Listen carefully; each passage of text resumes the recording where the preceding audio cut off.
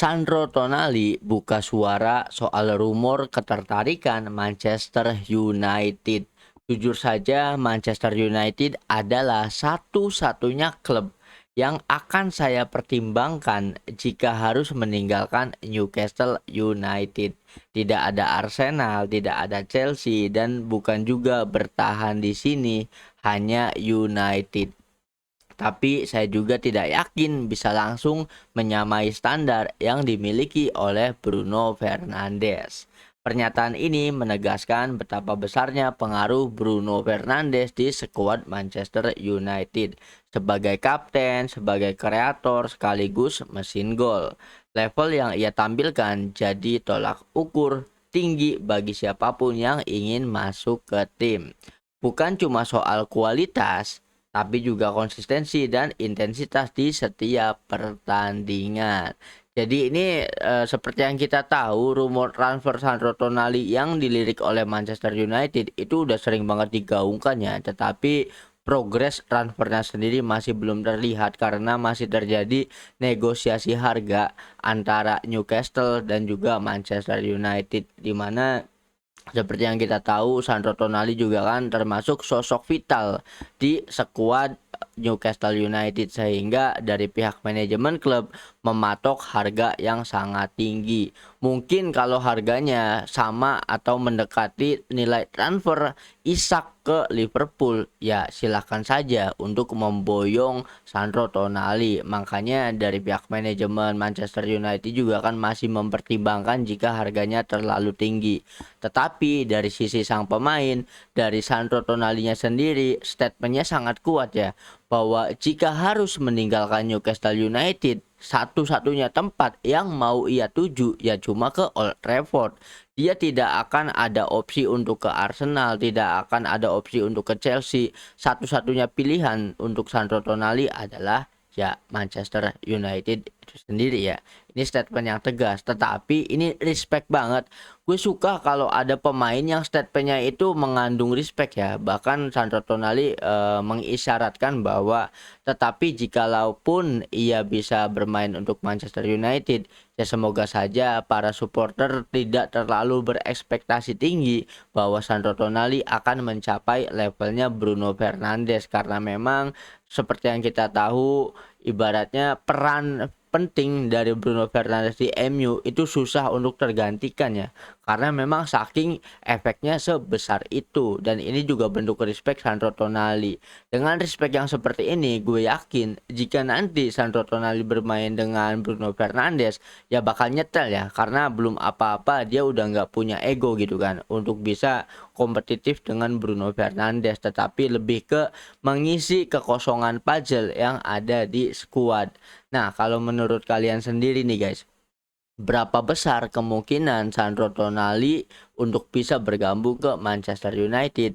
Dan pertanyaan sesungguhnya adalah, apakah Sandro Tonali akan bersinar di Old Trafford atau akan ngeflop seperti pemain lain kayak Ugarte atau semacamnya ya? Coba dong drop opini kalian tentang transfer Sandro Tonali ke MU di kolom komentar.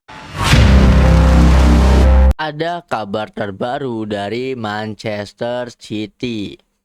Omar Marmus dan juga Tijani Reiner diperkirakan akan meninggalkan klub pada bursa transfer musim panas mendatang. Penyerang asal Mesir dan gelandang timnas Belanda tersebut dinilai gagal memberikan dampak signifikan sejak bergabung. Keduanya juga mulai kehilangan tempat di skuad utama dan kesulitan mendapatkan menit bermain sepanjang musim ini. Situasi ini membuat peluang hengkang semakin terbuka lebar dalam waktu yang dekat. Nah, ini ada kabar ya, posisi yang mulai terancam dari Marmus dan juga Tijani, di mana dia dinilai penampilannya kurang apik ketika diturunkan sebagai starter di Manchester City itu sendiri ya. Tetapi kalau menurut gue pribadi, situasi seperti ini yang gak heran, yang gak aneh di kubu Manchester City sendiri, karena nama-nama yang lain juga kan sama besarnya, sehingga persaingan untuk bisa jadi starting line up itu ya sangat sulit ya. bahkan untuk sekelas Omar Marmus dan juga Tijani Renner. Kalau menurut gue pribadi secara kualitas permainan mereka itu ya bagus-bagus aja ya, tetapi mungkin ekspektasi dari klub lebih tinggi lagi, tidak ada toleransi, tidak ada kata sabar, dan di bursa transfer musim panas mendatang mereka berdua ini masuk dalam list untuk dijual ya, bisa dinego sama klub-klub yang lain. Tetapi inilah jeniusnya marketing dari Manchester City. Kenapa? Karena Manchester City itu membeli pemain yang punya potensi untuk bersinar. Dan ketika di Manchester City, bahkan ketika tidak dimainkan pun, market value-nya tetap melambung tinggi karena dia bermain di Manchester City. Nah, Tijani dan juga Omar Marmus itu bukan yang pertama, karena sebelumnya banyak banget nama-nama pemain lain. Yang pertama ada Erling Haaland, ada Julian Alvarez lah ya. Julian Alvarez itu ini keren banget ya. Ketika Julian Alvarez itu bersinar di Liga Amerika, di Liga Argentina, yang tertarik ngebet untuk mendapatkan pemain muda tersebut adalah Manchester City, meskipun ya tidak dijamin starter ya. Tetapi ketika dikasih menit bermain dan akhirnya gacor, market value-nya naik, ujung-ujungnya dilepas dan City dapat cuan. Dan juga banyak nama-nama pemain lain, bahkan Eric Garcia dari Barcelona juga kan ketika diboyong kembali ke Camp Nou juga nilai transfernya tinggi juga. Bahkan ada Cole Palmer ya. Cole Palmer itu kan dikasih menit bermain meskipun sebagai cadangan, gacor apa segala macam, market value melambung tinggi, dijual. Nah, ini mungkin taktik marketing dari manajemen klub sendiri ya. Sama kayak Tijani dan juga Omar Marmus. Di musim itu nilai pasarnya masih relatif rendah ya, sehingga akhirnya diboyong ke Manchester City. Setelah mendapatkan label sebagai pemain Manchester City dan market value-nya melambung tinggi, dia akan dilego lagi, dijual lagi, dan gue yakin nilai market value-nya justru tidak akan menurun tetapi melambung tinggi juga ya. Karena siapapun klub yang akan membeli dua pemain ini ya akan menjadi jaminan masuk ke skuad utama klub tersebut ya. Karena secara performa Tijani dan juga Omar Marmus itu ya sangat bagus. Cuman ya tidak dikasih kesempatan saja sama Manchester City karena memang dari starting line up-nya nama-nama besar semua dan juga kualitasnya merata ya. Nah, kalau menurut kalian gimana nih tentang kabar dari kondisi Marmus dan juga Tijani? Apakah mereka akan stay atau akan ada kejutan transfer klub yang akan membeli mereka berdua? Harapan gue pribadi semoga klub yang membeli Tijani dan juga Omar Marmus ini ya klub yang ada di EPL, biar EPL next season makin seru lagi. Kalau menurut kalian gimana nih guys? Coba dong drop opini kalian tentang situasi transfer Tijani dan juga Omar Marmus di kolom komentar. Sosok legendaris Ruud Gullit memberikan pujian setinggi langit untuk Diego Simeone.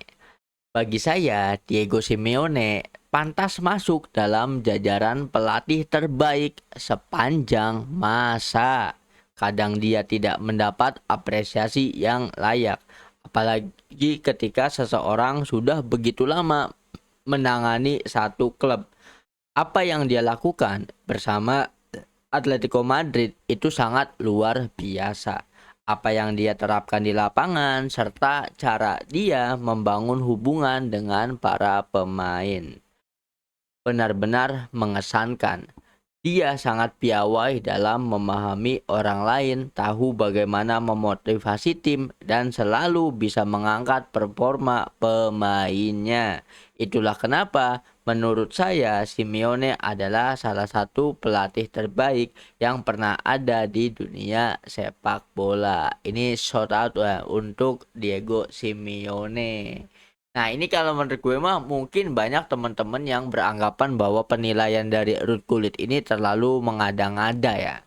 Tetapi ya kalau menurut gue sangat masuk akal juga karena memang membawa Atletico Madrid untuk stay di zona Liga Champions, apalagi menantang dua raksasa besar La Liga yaitu Real Madrid dan juga Barcelona, itu ya sebuah prestasi ya. Bahkan mengalahkan Barcelona sepanjang sejarah di Camp Nou saja itu menjadi pertimbangan besar untuk mempertahankan Diego Simeone next season ya. Nah, kalau berbicara Diego Simeone dan juga Atletico Madrid, seperti yang kita tahu ya, Atletico Madrid itu pencetak kiper dan juga striker-striker yang bagus ya, yang jago-jago ya.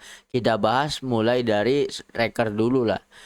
Ada Diego Forlan, ada nama-nama Diego Costa, ada juga Sergio Kun Aguero, ada Fernando Torres. Itu kan striker-striker mematikan yang dilahirkan dari Atletico Madrid. Nah, alasan manajemen mempertahankan Diego Simeone bahkan sampai ke musim ke-15-nya ya, otomatis 15 tahun mengabdi di Atletico, bukan hanya gelar tetapi cuan dari transfer itu sendiri, guys.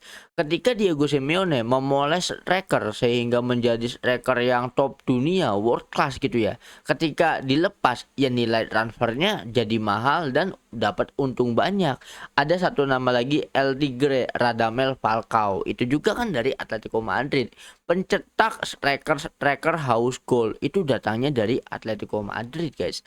Nah, bahkan dari kiper juga kan banyak ya. Ada De Gea, ada Thibaut Courtois, itu dari Atletico Madrid.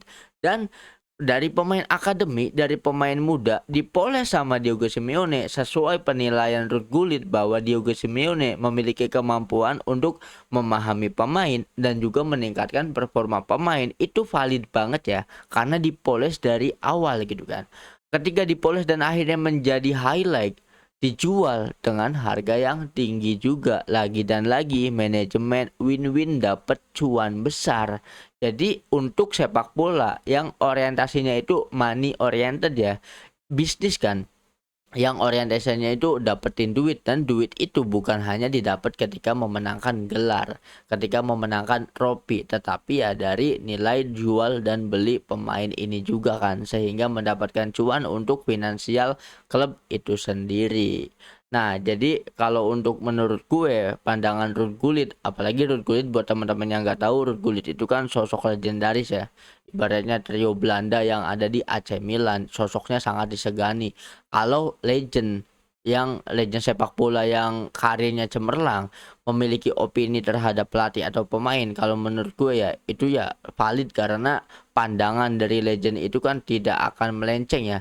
Legend sepak bola itu lebih memahami hal-hal tentang sepak bola dibandingkan dengan para penikmat sepak bola atau supporter yang tidak ikut bermain ya kan. Nah, kalau menurut kalian gimana nih pandangan tentang Ruud Gullit terhadap Diego Simeone? Kalau menurut gue, Diego Simeone memang layak ya, one of a kind lah untuk menjadi pelatih terbaik dunia dengan embel-embel sepanjang masa, karena bisa menjaga konsistensi di Atletico Madrid. Harapannya semoga Atletico Madrid, semoga kali ini takdir ada di pihak Diego Simeone, dan Diego Simeone akan mengemban tugas mission impossible untuk memenangkan UCL setelah sebelumnya 2 kali gagal di final Liga Champions. Semoga di musim ini Diego Simeone bisa mengangkat trofi UCL bersama Griezmann, bersama Julian Alvarez, dan bersama anaknya ya di skuad Atletico Madrid. Coba dong drop opini kalian tentang perjalanan karir dan juga tentang Atletico Madrid sebagai klub di kolom komentar.